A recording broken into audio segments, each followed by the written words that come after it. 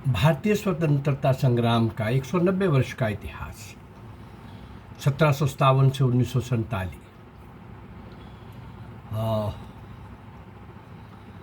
इस 190 वर्ष में जिन असंख्य भारत माँ के सपूतों ने, सपुत्रियों ने, नायक नायिकाओं ने, बाल बालिकाएं, किशोर किशोरियां, युवा युवतियां, हर आयु वर्ग के लोगों ने, क्रांतिवीरों ने, भारत माँ के सपूतों ने स्वतंत्रता प्राप्ति के लिए सर्वस्व निछावर कर दिया।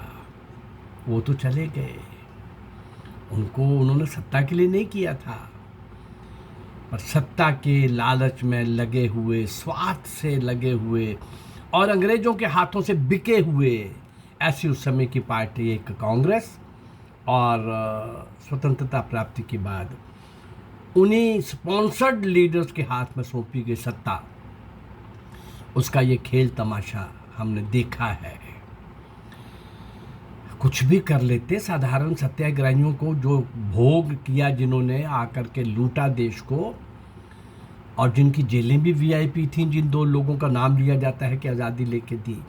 अरे चरखे ने और अहिंसा ने अगर आज़ादी लेके दी होती तो ये असंख्य लाखों लोग जो उस महासमर में काम आए, लाखों का कत्ल हुआ, गांव के गांव जला दिए गए, आतंक और भय का पूरे देश के अंदर ऐसा माहौल बनाया गया कि कोई बोलेगा तो जुबान काट दी जाएगी, हिलेगा तो सीटों में बंद कर दिया जाएगा, उठाएगा सर तो कलम कर दिया जाएगा। इस माहौल के अंदर भी भारत माँ के सपूत सशस्त्र चुनौती दे रहे थे, सशस्त्र क्रांति के लिए अग्रसर थे। ऐसे शूरवीरों को कहीं भी इतिहास में नहीं लाया गया। मैं इस चैनल के माध्यम से प्रयास कर रहा हूं कि ऐसे अज्ञात असंख्य सूरमाओं को, नायक और नायिकाओं को आपके सम्मुख लाऊं, उनको श्रद्धांजलि दी जाए, उनको स्मरण किया जाए, ताकि कहीं से तो उनका जो ऋण है हमारे ऊपर, हम कहीं चुकता करने का विचार तो करें, अपनी पीढ़ी को तो बताएं, और जो कौम अपने बुजुर्गों को, अपने शूरवीरों को, महापुरुषों को, शौर्य और वीरता की पराकाष्ठा पर बैठे हुए उन महान हीरोज को, उन नायकों को और नायिकाओं को भूलने का जो पाप करती है कौम, वो कौम प्रायः दुनिया के नक्शे से मिट जाया करती है। बहुत नुकसान हम उठा चुके हैं। जिन गद्दारों के कारण देश गुलाम हुआ था, वो गद्दार आज भी शाम को दिख जाते हैं। लेकिन मेरा ये प्रयास इस चैनल के अंदर उन सारे अज्ञात, अल्पज्ञात, पूरी तरह से अज्ञात, जिनको कोई नहीं जानता, कहीं किसी जुबान पर नाम कैसे आता, अगर इतिहास में होता तो आता ना। भारतीय स्वतंत्रता संग्राम रूपी यज्ञ में अनेक वीरों ने अपनी आहुति दी।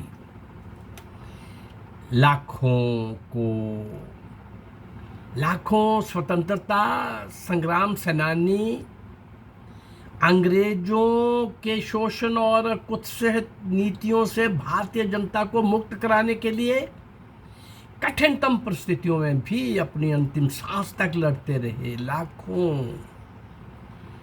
किंतु भारतीय इतिहास का दुर्भाग्य देखिए कि हम केवल कुछ ही वीरों की शौर्य गाथाओं को व्यापक रूप से जनमानस में प्रचारित प्रसारित कर पाए। कुछ क्या, बिल्कुल लेश मात्र।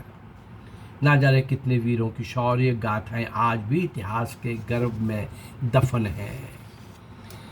उनको पुनः इतिहास में प्रतिष्ठित करना, उन स्वर्णिम पृष्ठों को इतिहास का हिस्सा बनाना, इस चैनल के माध्यम से ये जो प्रयास है। आइए आगे बढ़ते हैं।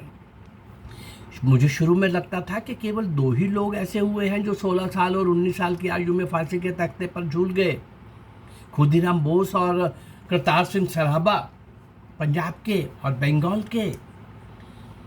लेकिन अब जब मैं देने लगा हूँ, पढ़ने लगा हूँ, आप तक पहुँचने लगा हूँ, तो ऐसे कई 16 और 20 के बीच के फांसी के तख्ते के ऊपर हमेशा की नींद सोने वाले, और उससे पूर्व जेल के अंदर बहुत ज़्यादा कष्ट सहने वाले आज उसी आयु वर्ग के एक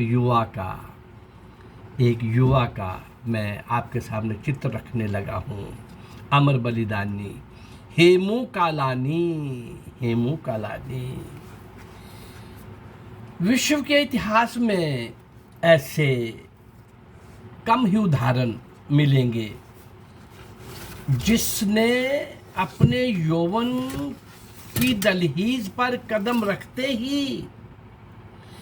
कदम रखने से पूर्व ही केवल 19 वर्ष की आयु में देश को स्वतंत्र कराने के अपराध में फांसी का फंदा चूम दिया। हेमू कालानी ऐसे ही युवकों में से एक था। इस बालक का जन्म 11 मार्च 1924 पुराना सक्खर सिंध, अब जो पाकिस्तान में है, ऐसे एक सक्खर नामक स्थान में, शहर में हुआ हेमू कालानी का। इसके पिता का नाम श्री पेसुमल कालानी था। ये तिलक हाई स्कूल की मैट्रिक शिक्षा का विद्यार्थी था। देश में चारों ओर अंग्रेजों के अत्याचारों के कारण आग की चिंगारी सुलग रही थी। देश का बच्चा बच्चा अंग्रेजों से बदला लेने के लिए, स्वतंत्र भारत में सांस लेने के लिए आतुर था। ये बालक केवल 7 वर्ष की आयु में तिरंगा झंडा लेकर अपने मोहल्ले में टोली के साथ अंग्रेजों के विरुद्ध नारेबाजी करता था। 18 वर्ष की आयु में, 18 वर्ष की आयु पार करने पर इस किशोर की युवावस्था में पांव रख रहे इस हीरो की क्या करते, ये अपनी टोली बनाकर समय समय पर, ग्रुप बनाकर समय समय पर अक्सर और अवसर देखकर अंग्रेजों को क्षति पहुंचाने की योजना बनाते रहते थे, काम करते रहते थे, छोटे मोटे अटैक करके भाग जाते थे। अंग्रेजों की कुछ मोटर गाड़ियां भी इनकी टोली ने जला दी थी, पता नहीं चलने दिया था, लेकिन इन पर किसी को संदेह नहीं हुआ। देश में स्वतंत्रता संग्राम की ज्वाला दिन प्रतिदिन तेज होती जा रही थी। सन 1942 में महात्मा गांधी ने भी अंग्रेज सरकार को भारत छोड़ जाने के लिए खुली चुनौती दी थी, परंतु वो आंदोलन बुरी तरह से असफल हो गया था। बहुत से लीडर पकड़ लिए थे, जेल में डाल दिए गए थे, लेकिन सशस्त्र चुनौती देने वाले क्रांति वीरों ने जो हवन यज्ञ आरंभ किया था वो चल रहा था, निरंतर चल रहा था, अक्षुण्ण चल रहा था।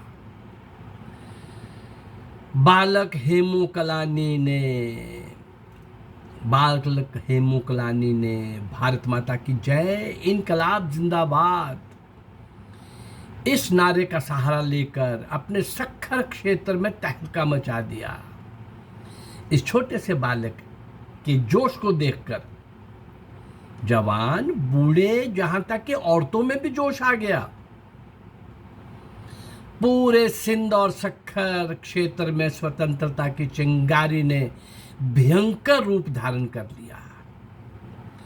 इससे जहां की उस स्थान की जो सैनिक छावनी थी उसमें भी बगावत की आशंका उत्पन्न हो गई। क्वेटा की सैनिक छावनी में भी बगावत की शंका हो गई। क्वेटा की सैनिक छावनी में भी कुछ अशांति, कानाफूसी चल रही थी। परिस्थिति को बिगड़ता देख यूरोपियन फौज बुलानी पड़ी। अंग्रेजों को कुछ लक्षण ऐसे दिखने लग पड़े थे, उन्होंने भी अपनी पूरी फौज का प्रबंध कर लिया। हेमू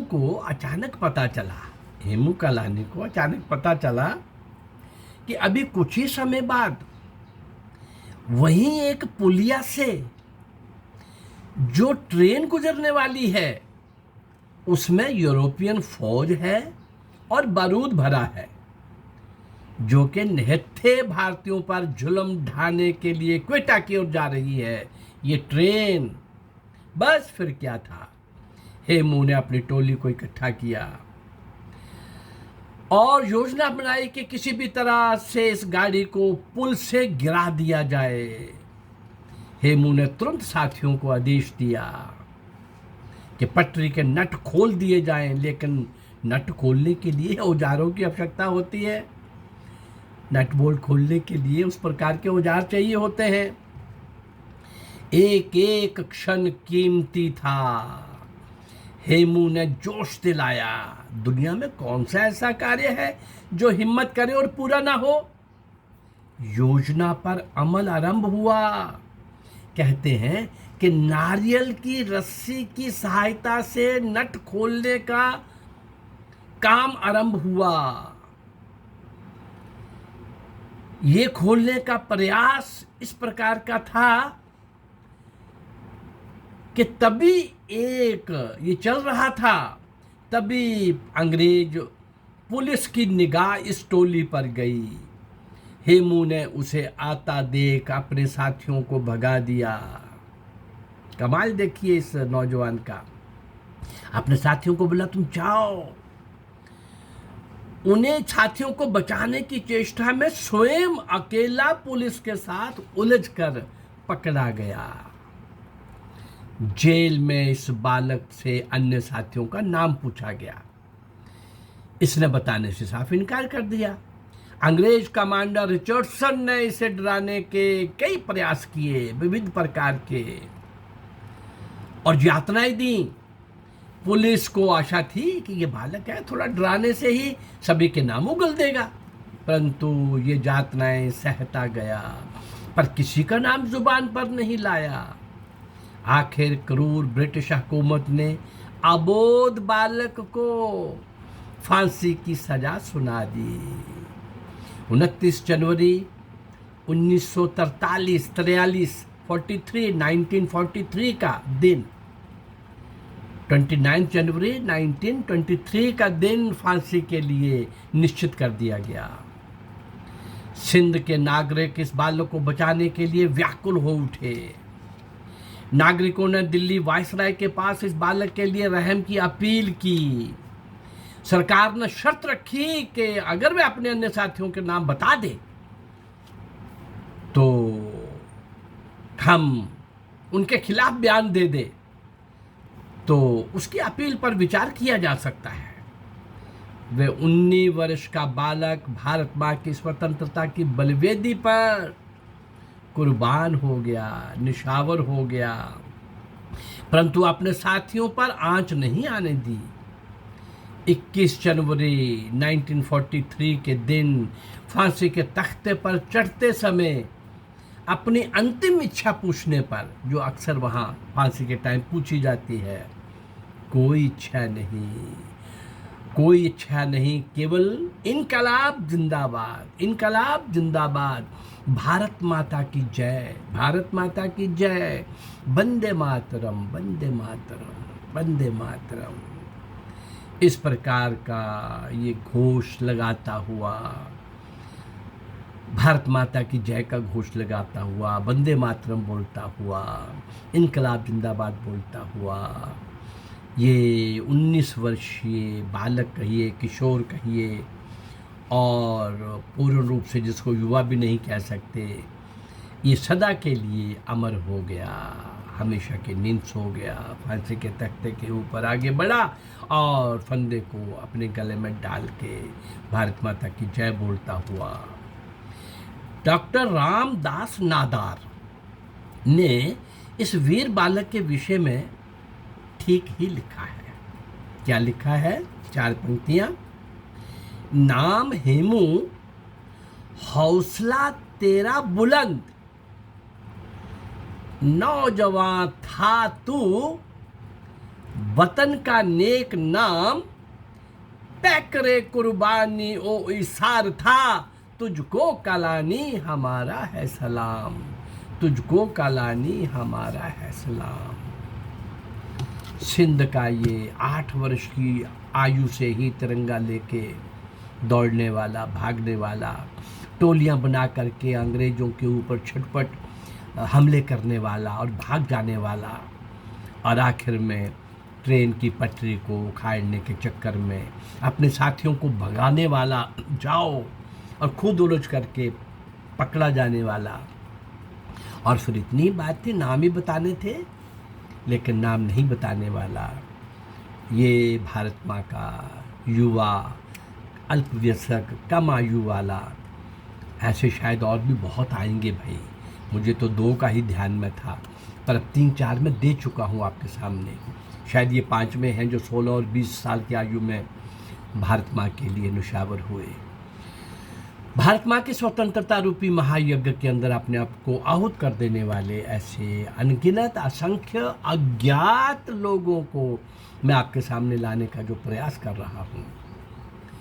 अगर ये मेरा प्रयास आपको अच्छा लग रहा है तो मेरे इस चैनल को लाइक करिए, सब्सक्राइब करिए और शेयर करिए। नमस्कार, जय भारत।